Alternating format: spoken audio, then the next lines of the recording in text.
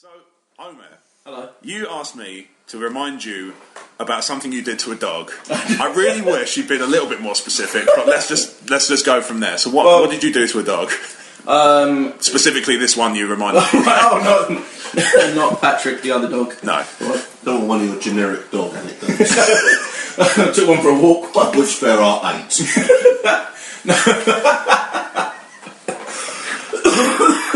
No, yesterday my girlfriend has a dog called Roxy. It's a staff, but really friendly one, not one of those dickhead. It's going to kill your dogs.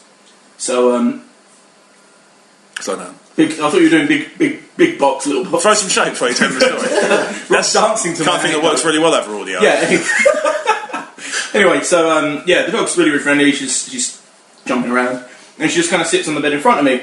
And I think I was unwrapping a DVD or something, and the shrink wrap that comes off, kind of fell on her head, and it just stayed there. Okay. I'm like, right, this dog's an idiot. So I took a sticker, A reasonable assumption. stuck that to her head. Thought that worked really, really well. I took the sticker off, rolled it into a little tube, stuck that on her head, took a piece of paper, drew a cock and balls on it, stuck that on the dog's head, and just let it wander around the house. All right. Sending cock and ball messages to everybody that came in. So you, When you say a sticker, was it something from like a football sticker album or something?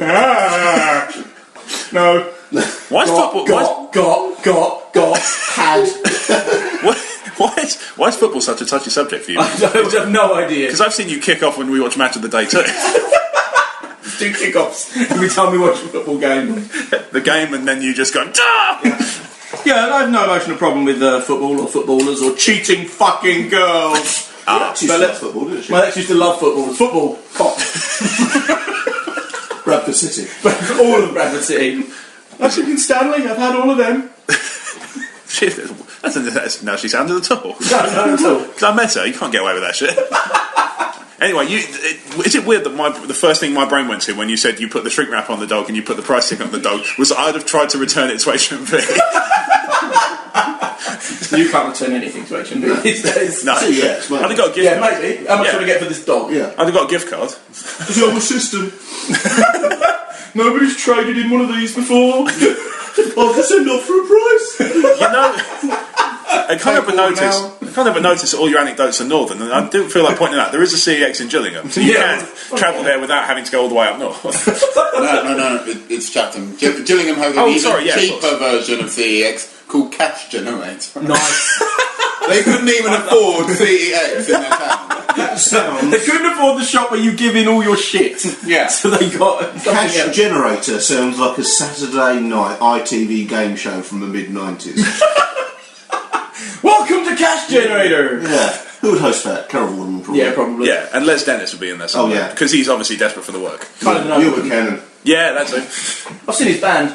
Neil Buchanan. That was shit. But they had a song called This Is Art Attack. It was fun. Nice. I've seen Neil Buchanan do What an sort of art stuff is it? It's hard rock, kind of pub rock. Okay. They're called Marseille.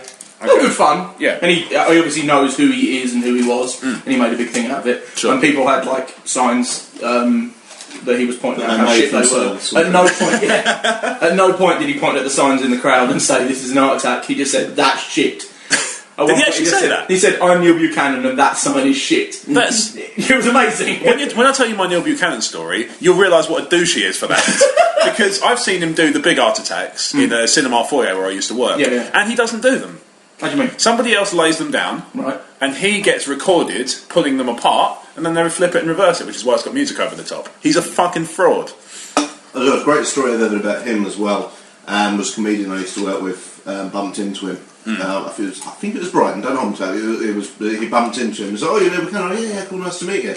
And Neil Buchanan said to him, "Do you want an autograph?" And he said, "No, you're alright." And that's why I've never ever offered an autograph to anyone, because if someone says that, there's no contact. It's crushing, isn't Do you want an it? autograph?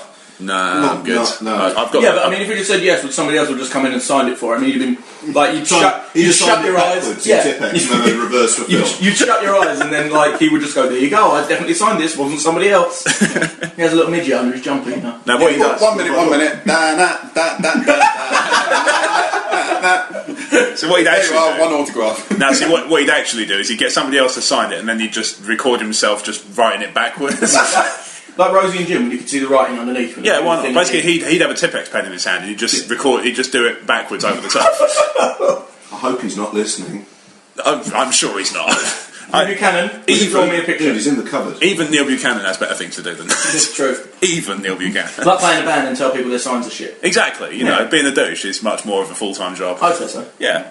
But being a douche backwards. An ecojode? An e-chode? No, that works. We'll coin it. Brilliant. We're calling it a chode. An e-chode. An e-chode. Yeah. It's like douche backwards, but rearranged so that it can actually be a word, and not just. You mean? Anyway, that was my dog story. Oh, thank you for that. I apparently drew a dog backwards on my cock and balls. And then tried to return it to HMV. I'm glad you're listening about as much as I was. For a CEX gift card.